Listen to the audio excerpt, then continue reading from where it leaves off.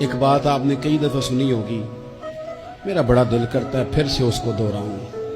میں نے اسے سینکڑوں بار پڑھا ہے۔ جب طبیعت پوری بے چین ہوتی ہے اور اپنی ذمہ داریوں کا احساس کرنے کو دل کرتا ہے نا، تو پھر خیال آتا ہے کہ ہم بھی پڑھیں ذرا ان چیزوں کو۔ بار بار پڑھتا ہوں تاکہ احساس ذمہ داری پیدا ہو۔ آپ کے غلام اسلم فرماتے ہیں رات کو میں اور جناب عمر نکلے تھے تو ایک مکان میں ہم نے دیکھا کہ ایک عورت نے نا، اس کے بچے بار بار شور کر رہے ہیں اور وہ کچھ پکا رہی ہے، آواز آ رہی ہے۔ تو حضرت عمر نے دروازے پہ دستک دی، کون ہے دروازے؟ کہا میں ایک غلام ہوں۔ حضرت عمر کہتے ہیں غلام ہوں، بہن کیا مسئلہ ہے، بچے کیوں رو رہے ہیں؟ تو بی بی کہنے لگی تمہیں کیوں بتاؤں، جاؤ نا اپنا کام کرو۔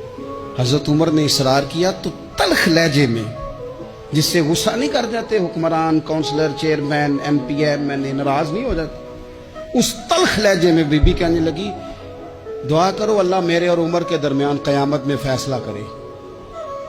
کیسا حکمران ہے کہ اس کی حکومت میں میرے بچے بھوکے سوتے ہیں؟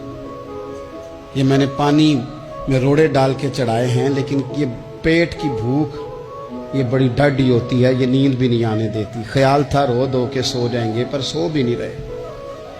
حضرت فاروق اعظم دوڑے گئے، گھر سے سامان، اناج، غلہ کندھے پہ رکھا۔ خادم کہتے میں نے کہا کہ مجھے دے دے۔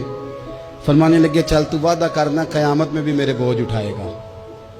کہ حضور نہیں، وہ تو میرے بس کی بات نہیں۔ فرمایا پھر مجھے کرنے دے۔ دوڑے آئے، اس خاتون کے دروازے پر لا کے وہ چیزیں رکھی۔ کہا بہن اگر تو پردہ کر لے تو یہ غلام نا آج کھانا پکا دے تیرے بچوں۔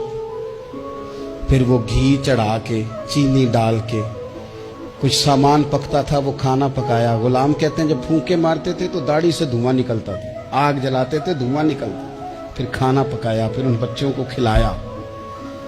پھر حضرت عمر فاروق رضی اللہ تعالیٰ عنہ تھوڑے پیچھے بیٹھ گئے تو بچوں کے ساتھ اس طرح کی باتیں کرنے لگے کہ وہ ہنس پڑے۔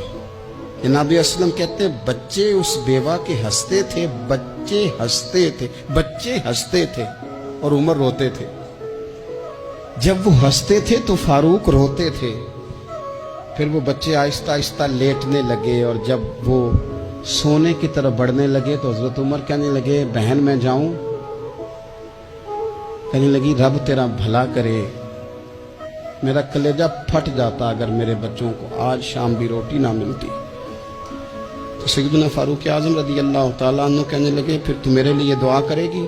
کہنے لگی میں دعا کرتی ہوں اللہ عمر کی جگہ تیرے جیسا کو نیک آدمی بٹھا دے۔ تو حضرت عمر کہنے لگے ایک چھوٹی سی گزارش بھی مان لو گی؟ کا کیا؟ فرمانے لگے کوئی یہ میری خدمت اگر پسند آئی ہے تو عمر کو معاف نہیں کر دیتی؟ غلطی ہو گئی، اسے پتہ نہیں تھا۔